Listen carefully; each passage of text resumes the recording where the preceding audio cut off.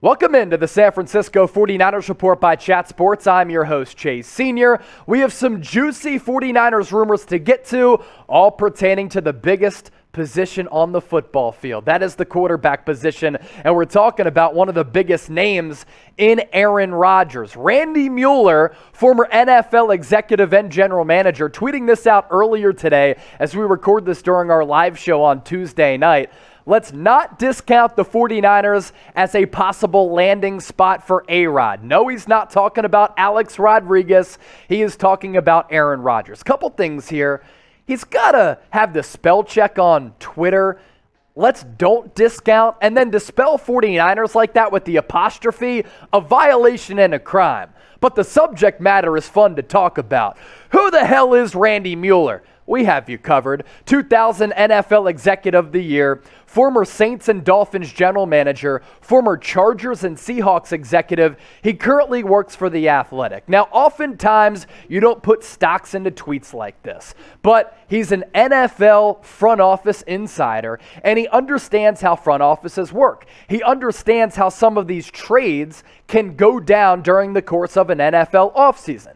And at the very least, Mueller knows the inner workings of how front offices operate. And he's taken a look at some of the 49ers draft assets as well as some of their player assets, combined with the fact that there have been rumors along the way about Aaron Rodgers wanting to be traded to San Francisco. There have also been rumors that we've talked about on the show about San Francisco inquiring about the availability of Aaron Rodgers, and his future with the Green Bay Packers is somewhat uncertain. So I don't think it would be the dumbest idea to at least make a call to inquire about the services of Aaron Rodgers. After all, this is what Ian Rappaport had to say a couple months ago about the 49ers at least being interested in Rodgers, who is likely to win a second straight MVP, the fourth overall in his NFL career, and Rodgers being interested in going back to his childhood favorite squad. Rap sheet a couple months ago, when Rodgers mulled an exit from Green Bay this offseason, amid frustration with the team's front office among other reasons, San Francisco was a key figure. Sources say that the 49ers were Rodgers' top choice when it came to a new destination. And when the 49ers made their phone call to coach Matt LaFleur, it was done because they got word that Rodgers was more than into it. In fact, LaFleur and Niners coach Kyle Shanahan did talk, with LaFleur quickly shutting the door on any possible trade as quickly as it was brought up. This was before San Francisco traded up to number 3 to eventually take Trey Lance. Now, we talk about some of the assets that the Niners have at their disposal. Yes, they don't have a first-round pick this year. They do have 9 picks total in the 2022 NFL Draft, some of them compensatory picks. They have some elite players on this roster, and they have either Jimmy Garoppolo and or Trey Lance if the Packers don't think that Jordan Love is it. Now, why would the Packers trade away Aaron Rodgers, who still is at the top of his game, still playing an elite brand of football, if he wants to force a trade? And the Niners have one of the best trade packages out there. We saw in the NFC Championship game that Jimmy Garoppolo, an average quarterback, held this offense back. We saw in the back half of the year that this Niners offense struggled to consistently put points on the board. Why not upgrade with Aaron Rodgers? Because I think he would take this offense to the next level. So what would you give away? And what would you trade away for Aaron Rodgers? I want you to get creative. I want you to do your deep dive analytical research and put together a trade package for Aaron Rodgers, and get those trade packages in the comment section down below. Now, Aaron Rodgers grew up in Chico, California. He grew up idolizing Joe Montana and Steve Young, two of his favorite quarterbacks coming up as a youngster. After playing at the JUCO level, he played collegiately at Cal. And then the 49ers in the 2005 NFL Draft had the number 1 pick, and they didn't take Aaron Rodgers, the hometown kid who grew up rooting on the Scarlet, Red, and Gold. Instead, they took Alex Smith out of Utah. Aaron Rodgers then slipped to number 24 in the NFL Draft, and Rodgers said during draft night, they're going to regret that decision. Now, in terms of an overall career, Aaron Rodgers is a Hall of Famer, one of the best to ever do it, probably the most gifted thrower of the football that I've ever seen. In terms of playoff success, though, Rodgers has been owned by San Francisco, 0-4 in his playoff career. but he's still playing an elite brand of football. This past year, this is a big reason why he's probably going to be named NFL MVP for a second consecutive season. Completed almost 69% of his passes, 4,100 plus yards, an elite touchdown to interception ratio, and every time he completed a pass, it went for a first down. And you think about some of the similarities between the LaFleur scheme, which takes away components of Kyle Shanahan's scheme, and you put Aaron Rodgers in Kyle Shanahan's offense, he'd light the league on fire for at least the next couple of years, and I think this 49ers offense would be unstoppable. They have a really good offensive line. Hopefully they re-sign Laken Tomlinson. Trent Williams is the best left tackle in football. Hopefully Alex Mack doesn't retire. You get Mike McGlinchey back at right tackle. Then you talk about these weapons. George Kittle, Deebo Samuel, who went on to have one of the best overall offensive seasons that we've ever seen. Brandon Ayuk is a legitimate number 2. And you're like, okay, well, Aaron Rodgers wants to throw the football. All the 49ers do is run the football. First of all, that helps out the play-action game. It helps out Aaron Rodgers, but with Green Bay, the Packers run the football a lot as well. That's why Aaron Rodgers could absolutely flourish in Kyle Shanahan's offense. And was it the offense that held the Niners back from making it to their second Super Bowl over the span of 3 years? I'd make the argument it was the offense, and it was the limited play of Jimmy Garoppolo, especially the turnovers. Bad picks against the Rams in Week 18. Almost cost the Niners the game in the wild card round against Dallas.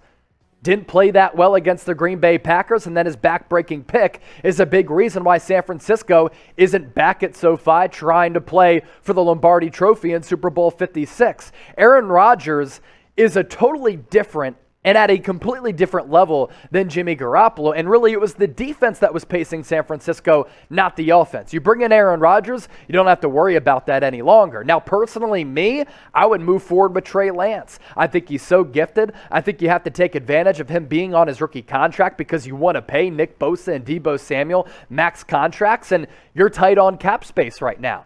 But the idea is certainly intriguing because this right now is a Super Bowl roster in the Bay. So who do you think is more to blame for the 49ers losing in the NFC Championship game to the Rams? It still hurts me. It's still a kick in the stones. Type O for offense, D for defense. Once again, you sound off and be a part of the show in the comment section right now. If you want to bet on Super Bowl 56 as the Rams take on the Cincinnati Bengals, no better sports book to do it than our sportsbook partner, BetUS. Chatsports.com/49bet. Enter the promo code Niners125 for a 125% deposit bonus. You plug in that link in that promo code so that deal does apply. The Rams going into this game as 4-point favorites. The over-under set at 48.5. Is Joe Burrow on his way to being the next Tom Brady, and is he going to be a quarterback you can't bet against? The Matthew Stafford story is pretty cool, really hard and difficult to bet on this game. So if you don't like the spread, you can take the over-under at 48.5. This is also our last call to give away a free San Francisco 49ers jersey.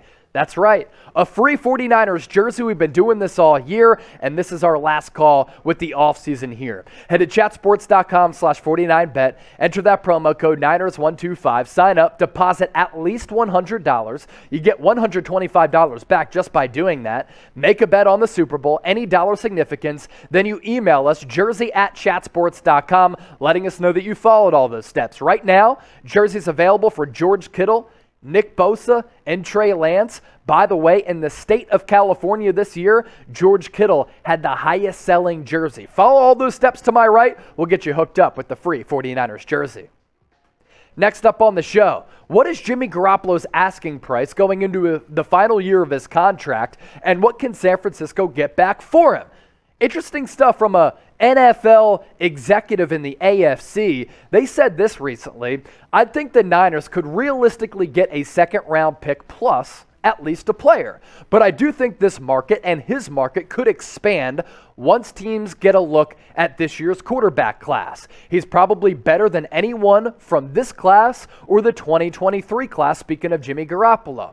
If they're trying to get a first-rounder, good luck. They aren't getting close to that for a bridge quarterback, which is what he is. Now, at the Senior Bowl this past week, Kenny Pickett was up and down. Malik Willis turned some heads, but those rookie quarterbacks aren't really up to par with Jimmy Garoppolo. And if a team's trying to compete next year in 2022, Jimmy Garoppolo can help you win games because his entire career, all he's done is win games. Now, I thought what Colin Cowherd said on his radio show this week was pretty interesting. He threw out this idea, and it was a very loose idea, but it kind of indicates the market that the Niners might be able to explore. He said, how about a pick and Joe Haden for Jimmy Garoppolo? You trade him to the Steelers.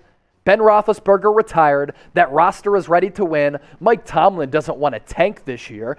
And the 49ers need a cornerback. So why not a second, third round pick as well as a Joe Haden type to fulfill a need and get draft capital? And then you're able to start Trey Lance and get rid of Jimmy Garoppolo to free up some money on your cap. Now, Joe Haden, for several years with the Cleveland Browns, he was excellent. One of the best cornerbacks in the NFL. First couple of years with the Pittsburgh Steelers, he was very good. This past year, not so much. He was really just okay, and he's older now.